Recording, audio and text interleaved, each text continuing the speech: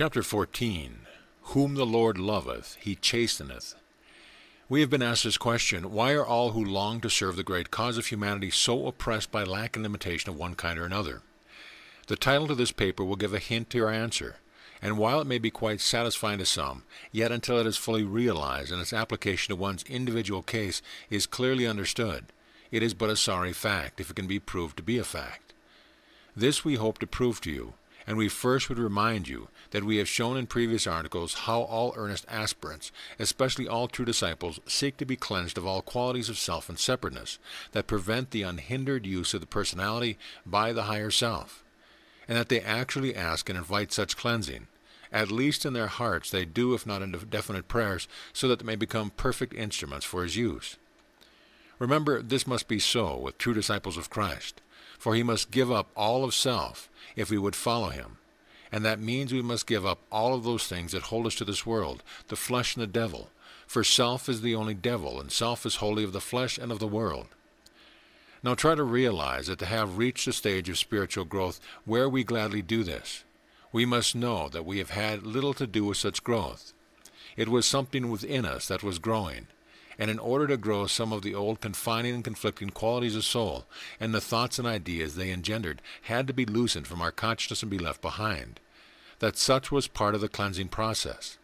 And if such loosing and freeing hurt, which is natural, we should be glad and should at once seek to learn why it hurt, and the quality of self that was being hurt and was refusing to let go and was thus holding us back from the goal that awaits.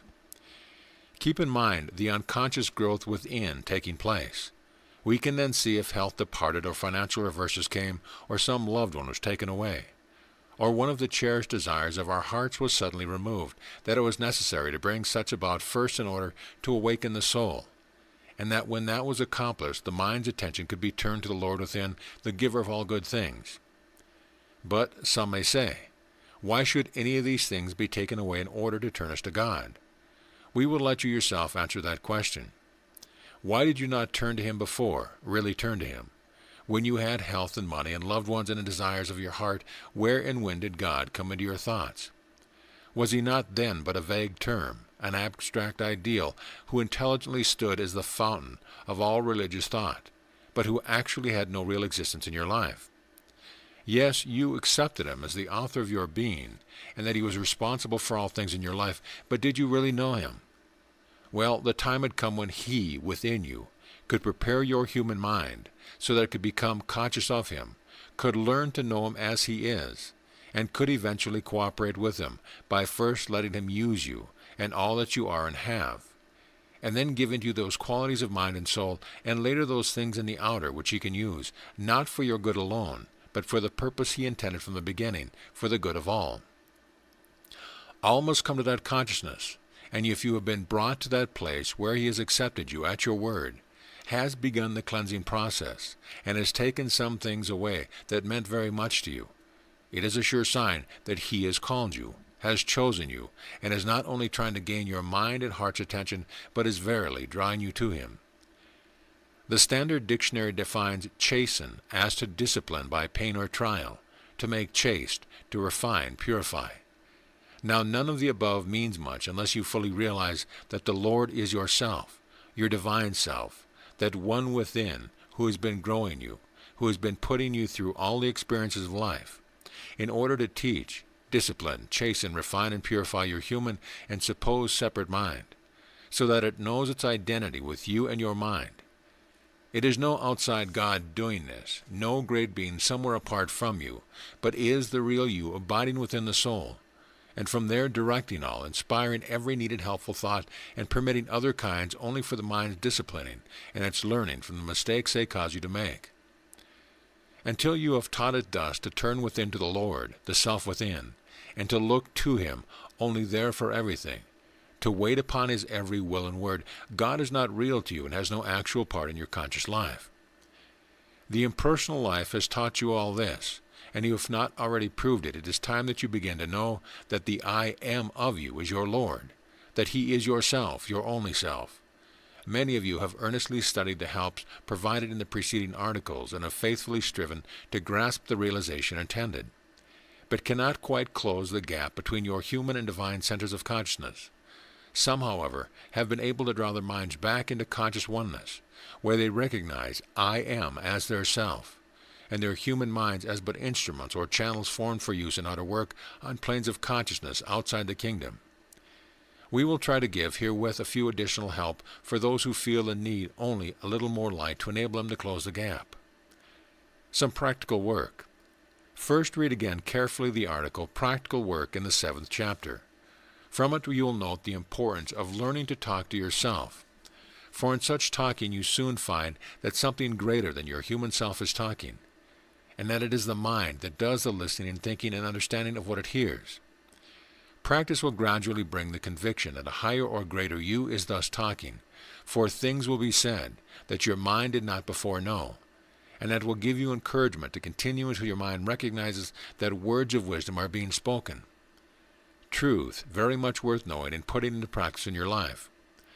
At such times it would be well to have a notebook handy to write it in such truth so that it may not be forgotten, and can be available for study or giving out to help others. Now when you thus talk to your human self, and it learns that it is but the listener and the pupil, you can realize how you, as the higher self, are the real teacher and master, and that your human mind is a disciple. Also you can grasp, as you more and more prove it by your reasoning mind, that you are a divine being, are actually the Lord God, who is the chastener and the discipliner. For remember that it is God who alone is. The human mind only thinks it is, that it is separate from you and from God. Then how could that be when He is all that is, and that in the consciousness of His mind all live, move, and have their being? Human minds are only centers of His consciousness, are ideas in His mind, just as your thoughts and ideas are centers of your consciousness. Cease reading now and think on all of the above until it becomes clear. Then when you have grasped it, try definitely to realize yourself as that which is the innermost inner of your being, that it is your life, intelligence, and will which is expressing yourself outwardly in and through your human consciousness as a personality, an instrument created solely to enable you to accomplish that which you came into human manifestation to do. When you clearly realize this, then say to your human mind, and try to mean it, and know it as you speak what follows: Be still, my child, and come back and hear where I am. Withdraw all attention from and interest in outer things, and fix them upon me, deep within the soul. Let go of your sense of self and separateness. Think of yourself as a spiritual being, and enter fully into my consciousness, I who am all spirit. Know that you have no consciousness that is apart from my consciousness.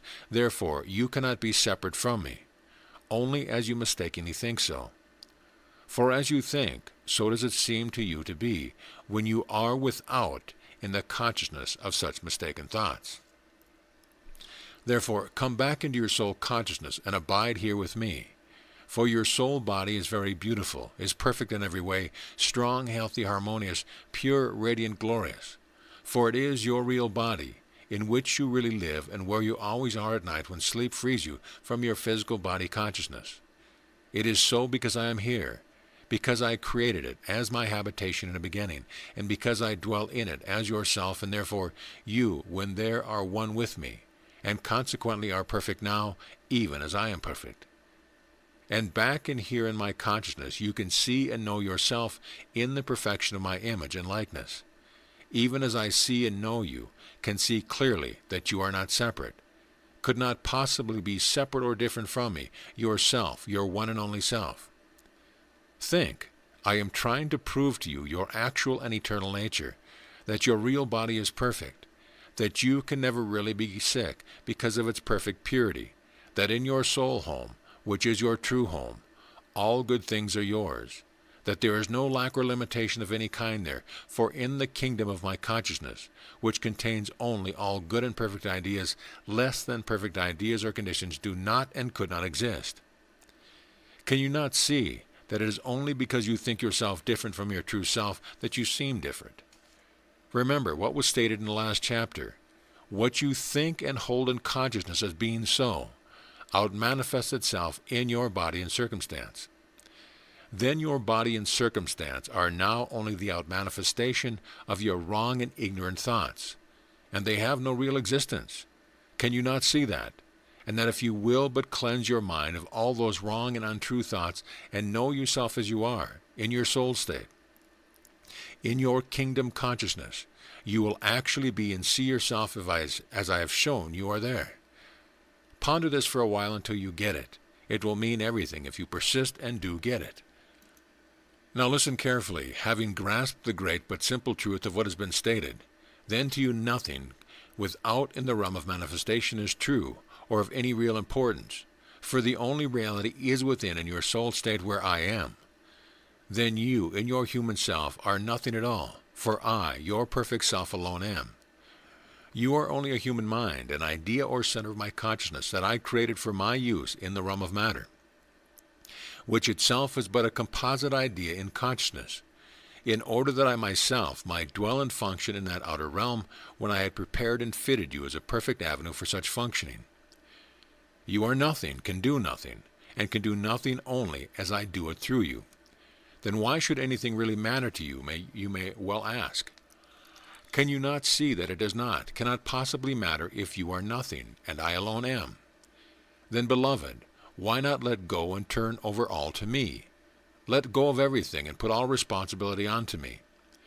You can do it if you really try. Just think what it means not to care any longer, that you need not fear or worry or be concerned any more about anything, for I will take care of all. No matter what is the problem confronting you, just turn it over to me. You do not know what a wonderful blessing awaits you when you are able thus to let go and to trust everything to me. For I will take care of all, even as I am doing anyway, and I will handle everything far better than you possibly could.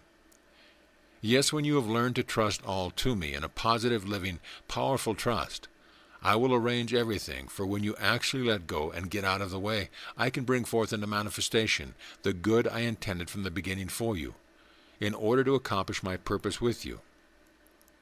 And when your mind thus becomes empty of self-will and of all self-ideas and purpose, I can then put into your mind my ideas and my will for you. Then I can tell you what to do, and your mind, no longer cluttered with fears, worries, and concerns of self, can hear my voice, and can know it as mine, and you will be glad to obey. Then I need chasten and discipline you no longer, for your mind has become cleansed and emptied of all ideas of self, and I can take possession, and I can use it for the purpose I had prepared and fitted it to be used. Yes, you then need do nothing but wait upon me, and need not be concerned about anything. For you will do perfectly what I tell you to do, because then I actually will be you, and I will be doing it. And I will take care of all, and I will be wholly responsible for all, and you will know that you and I are one, and that I am God. Groups. In the first chapter and also in the later ones, we mentioned group work. And while then we did not definitely urge the formation of groups, we feel by this time that many are able to understand the significance of disciples of Christ meeting together in his name, and that they should be able to receive from him definite guidance, or at least definite assurance of his presence, should 2 or 3 earnest souls come together for the express purpose of fitting themselves for his service. As stated in the article in the 9th chapter, which we earnestly request all to reread and study, such groups will be brought together by the Master when he finds those truly consecrated and desiring above all things to serve him. Our part has been to help quicken and inspire in aspirants first the spirit and meaning of service, and then the desire to do all possible to fit themselves as instruments for his use. We have helped by providing exercise and instructions for training and disciplining the mind and emotions, and have stressed time and again the vital importance of faithfully mastering the exercises until the mind and all its faculties have become perfect servants of the will. We have also done all possible to make each aspirant acquainted with the loving one within, who is the inner assurance of him whom they look to outwardly, as it were, as their divine master and leader. Therefore, those who have failed to follow the suggestions given, because of its being too much trouble, of not wanting to take the time necessary, or having too many social or personal things that they let interfere, of being too mentally lazy to make the necessary effort, or of thinking such requirements unnecessary, will now have no one to blame but themselves when they find others have arrived at the entrance to the kingdom, with their soul and mental faculties unfolded and well trained for service, proven by what such receive while meditating, while others consecrated souls in group meetings. An earnest study of the teaching and a faithful striving to follow and put into practice their truth in every case has resulted in an expansion of consciousness and a consequent unfoldment of soul faculties. But not all souls unfold alike, which is natural and is better for the development of a strong and efficient group consciousness. For such a consciousness should be composed of different types of minds in order to be well rounded out, just as a well-rounded out intelligence should have every faculty fully developed by study and training along various lines of many different subjects. Group consciousness is the next step to be attained by disciples, and it can be attained only by actual experience in the group, where it can best be learned in association with other consecrated souls how to master and deal with personality, and later how to utilize its force in the master cause. And all this under his direct guidance. Remember, for where two or more are gathered together in his name, he is actually in the midst of them, expressly to give such guidance and teaching. Many in groups have had definite evidence of this, and happy are they to learn that others are meeting with experience similar to their own. Many letters have been received, telling of their great joy at actually seeing and being blessed by the Master Jesus with a personal message for them, and which had a profound effect upon their lives. This and many other significant things have been told us, indicating that the Master is now calling out his chosen ones in ever-increasing numbers, and is getting them ready for what awaits. Because of this, we shall continue to stress the great importance of all forming into groups wherever it can be arranged. And we know it can be arranged in most cases where the true spirit of service is present in the heart. For when the heart wills, a way will be found, because the Master rules in and works from the heart, and his will is the only will of a sincere disciple. In a later chapter, we shall tell about the possibilities of group work and will give definite suggestions for such work, including group healing, helping in personal, financial, and other problems, also in community, national, and international affairs. We will give the law and how to apply it under the direction of the Master within. End of chapter.